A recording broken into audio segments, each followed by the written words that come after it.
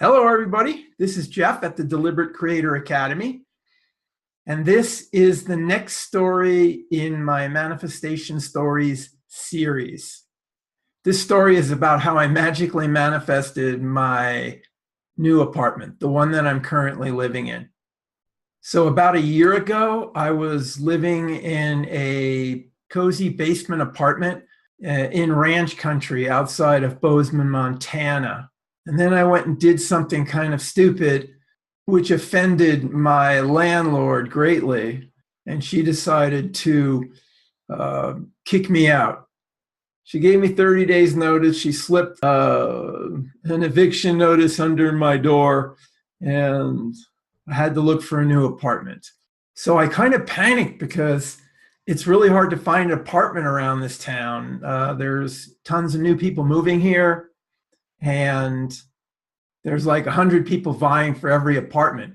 Very competitive. Every time I've looked for a new place in this town, it took me like 5 or 6 weeks to find a new place. So now, because I got kicked out and people asked for references for where you lived, I wasn't going to have a reference for my last apartment unless I just admitted what happened, which I was afraid to do. So I was worried that if I didn't have a reference, or if I had a bad reference with this story of how I got kicked out, that it might be very difficult or nearly impossible to find a new place. So I was a little worried and panicky, and I was wondering what I was going to do. So after about a day or so of worrying, I caught myself and said, "What the heck are you doing? You are a deliberate creator, and you are creating your reality absolutely without exception. And anything that you can imagine and believe can come to pass."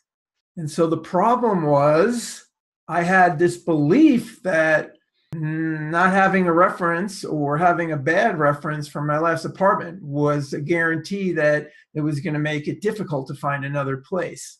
So this was my number one problem. If I kept thinking that way, I was going to definitely have difficulty finding another place. So I decided to just relax for a day or two and then put my mind to deliberately creating the new apartment that I wanted. And I knew there was 2 things I had to do.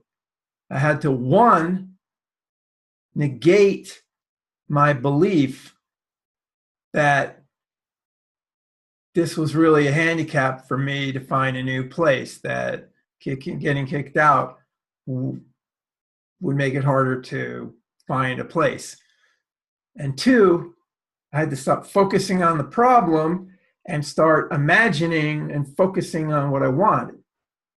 What kind of new place was I looking for?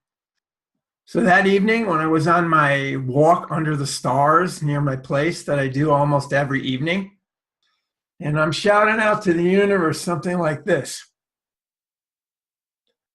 this belief that I have that being evicted from my last apartment is a handicap that's going to make it more difficult to find a new place, is just a bullshit belief.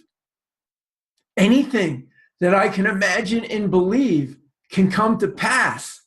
So this belief is bullshit.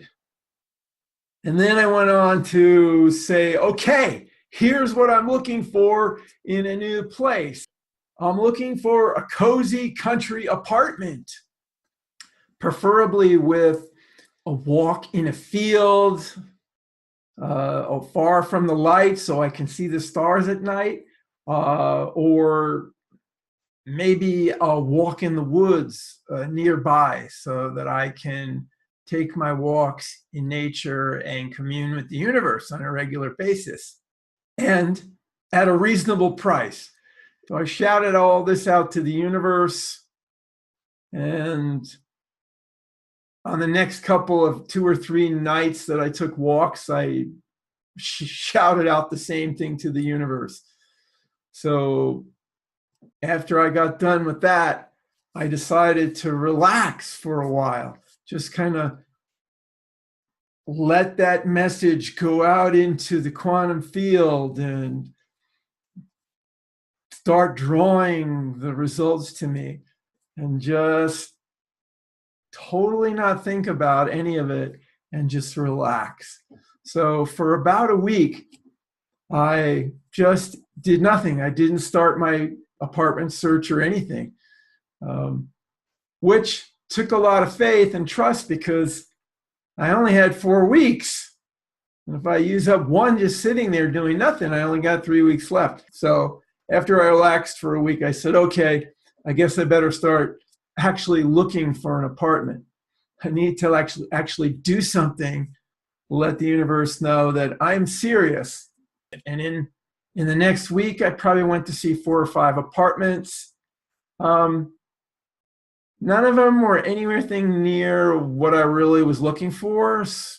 And even though I took the applications and I was intending to fill them out and hand them in, just as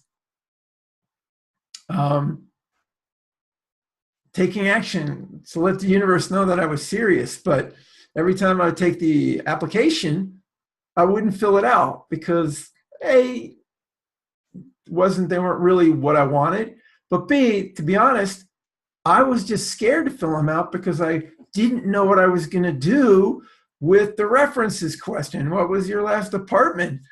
I hadn't quite made a decision as to, was I going to just leave the apartment out, have a big blank spot in my residence history, or was I going to lie, or was I going to tell the truth? So I was just afraid and didn't know what I was going to do.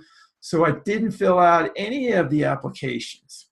On the second week that I was looking for apartments, finally, something showed up that was reasonably good. It wasn't exactly what I wanted. It wasn't my dream apartment, but it would suffice just fine. It was a really decent place.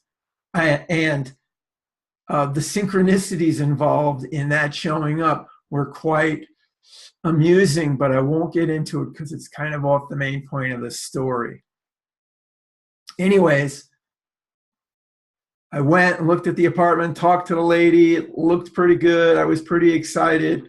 So I took the application forms and I went home, and then I just dragged my feet for the rest of the afternoon because I still was afraid to fill out the form and hadn't decided, what to do with the references. Was I going to lie? Was I just going to leave one of the spots blank? Or was I going to tell the truth? So that evening, I went to town and I parked my car, went into a store. When I came out, I got in the car, and right in front of me, there was a car with the license plate that said, "Trust." And I laughed out loud because I knew it was a sign from the universe, from my guides, from my higher self, that they're saying to me, all you have to do is trust and take that action. You have to fill out an application. I hadn't filled out an application yet. So I came home and I said to myself, okay, I'm going to fill out the application and I'm going to just tell the truth. I'm going to tell the story of what happened, how I got kicked out, and I'm just going to trust, and I'm just going to let the chips fall where they may. The God's honest truth. And I packaged that up with the application.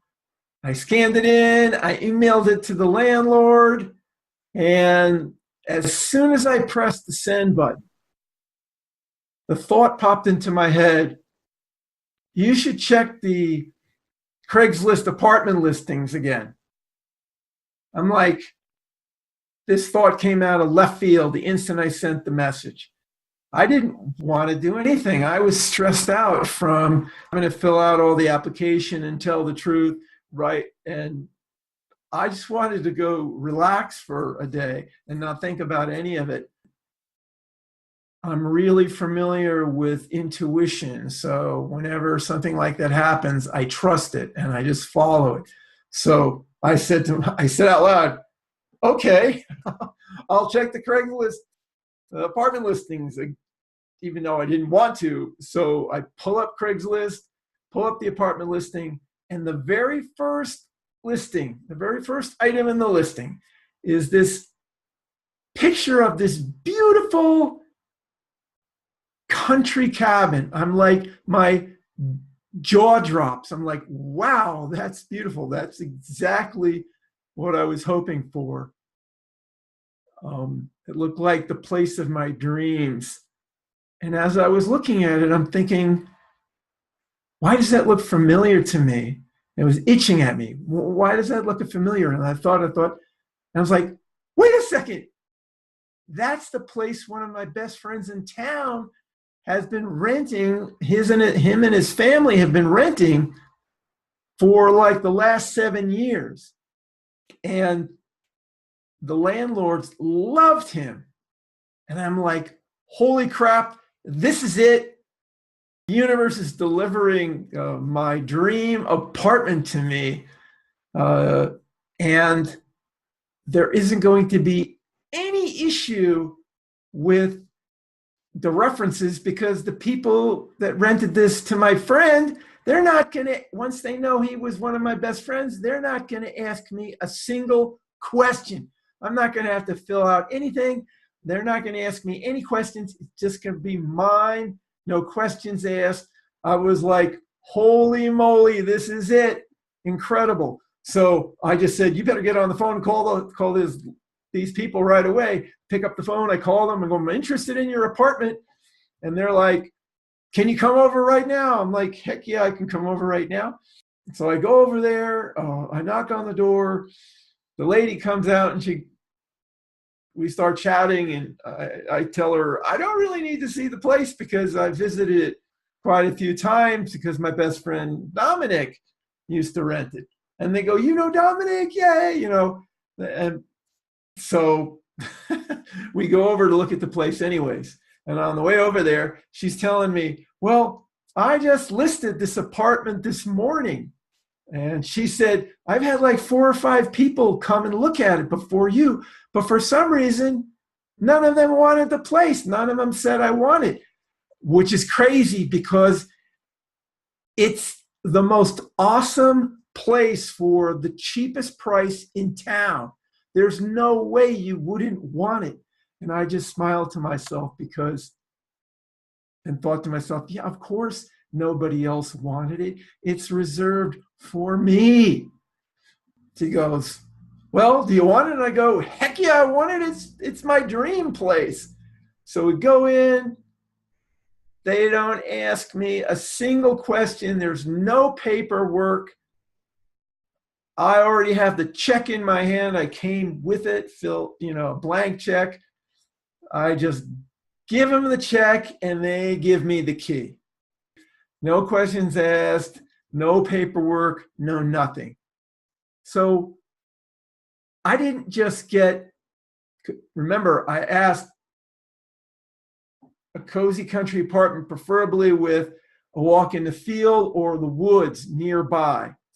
Well, I didn't just get the field or the woods. I got the field and the woods. And everything else about this country cabin was like a perfect spitting image to my envisioning of what I wanted. And what's even more, at a price that was the lowest price for any apartment that I've ever seen in this town, especially for this super gorgeous country mountain cabin, which could have been more expensive than regular apartments.